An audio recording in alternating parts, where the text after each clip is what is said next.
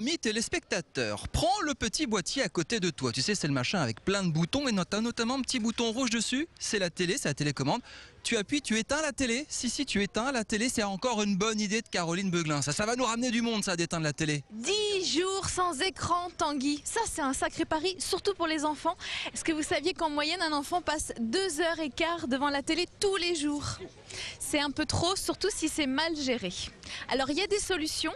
Il y a des écoles qui se sont prêtées au jeu de ces 10 jours sans écran. Ça veut dire pas de télé, pas d'ordinateur portable, pas de jeux vidéo et pas de téléphone portable. Mon Dieu, sans la télé, il n'y a plus rien à faire. Mais si, au contraire, il y a plein de choses à faire, Tanguy. Je vous donne une idée. Allez donc à la ludothèque tout près de chez vous. Tiens, il y en a une à Strasbourg, à la Méno. Ils organisent cette opération 10 jours sans télé avec l'école Fischer.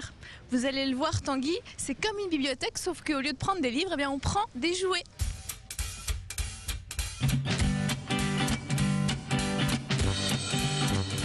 On va parler de deux choses avec Evelyne. Une première chose, ce sont ces 10 jours sans télé que testent des écoles un petit peu partout en Alsace.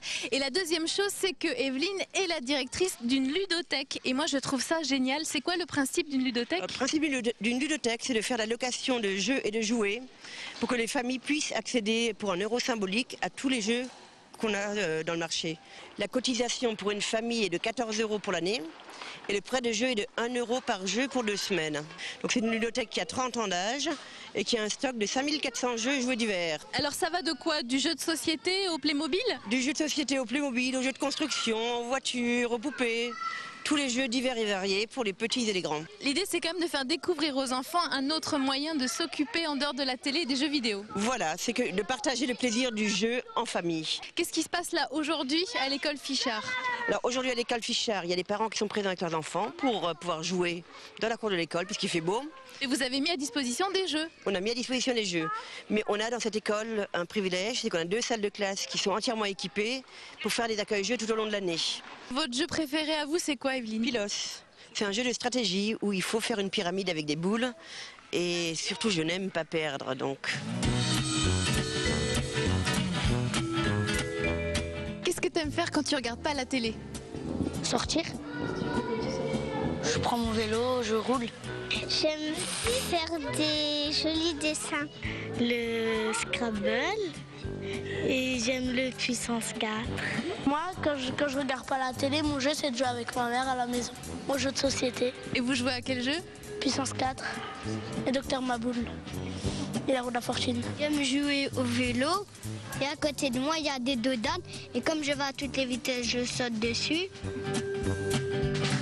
Vous préconisez le jeu avec les enfants? Le jeu parce qu'à travers le jeu, on peut dialoguer. Et il y a beaucoup de choses qui se véhiculent à travers le jeu. Un enfant qui a mal vécu quelque chose au cours de la journée, à travers le jeu, il pourra l'exprimer.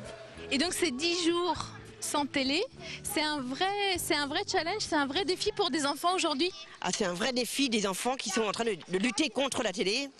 Et leur ennemi, c'est la télé. C'est quoi le problème avec la télé? La télé véhicule quand même beaucoup d'images. À travers la télé, les enfants voient beaucoup de pubs et beaucoup d'images qu'ils n'arrivent pas à décrypter correctement.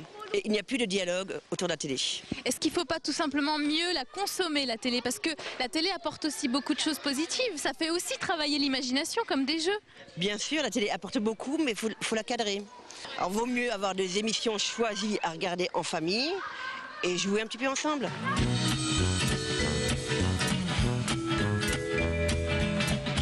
Alors il y a évidemment des ludothèques partout dans la région qui proposent certainement le même principe, 10 jours sans télé, ben oui, sortez vos enfants, faites-les leur lire des livres et puis jouer également. Caroline, on a quelques idées de sorties pour les parents avec leurs enfants? Oui, Crotocus, le premier roi des animaux, c'est le dernier livre de Caril Ferret et de l'illustrateur alsacien Christian Heinrich que vous connaissez peut-être pour ses livres Les Petites Poules. Ce livre, ils seront à la librairie L'Usage du Monde à Strasbourg pour le dédicacer ce samedi 14 mai à 11 h. Et je vous garantis que ça vaut le coup de le lire. C'est à partir de 9 ans, mais c'est aussi pour les plus grands. Puis une dédicace de Crotocus, c'est quand même pas mal. Merci beaucoup Caroline. À la semaine prochaine. À la semaine prochaine.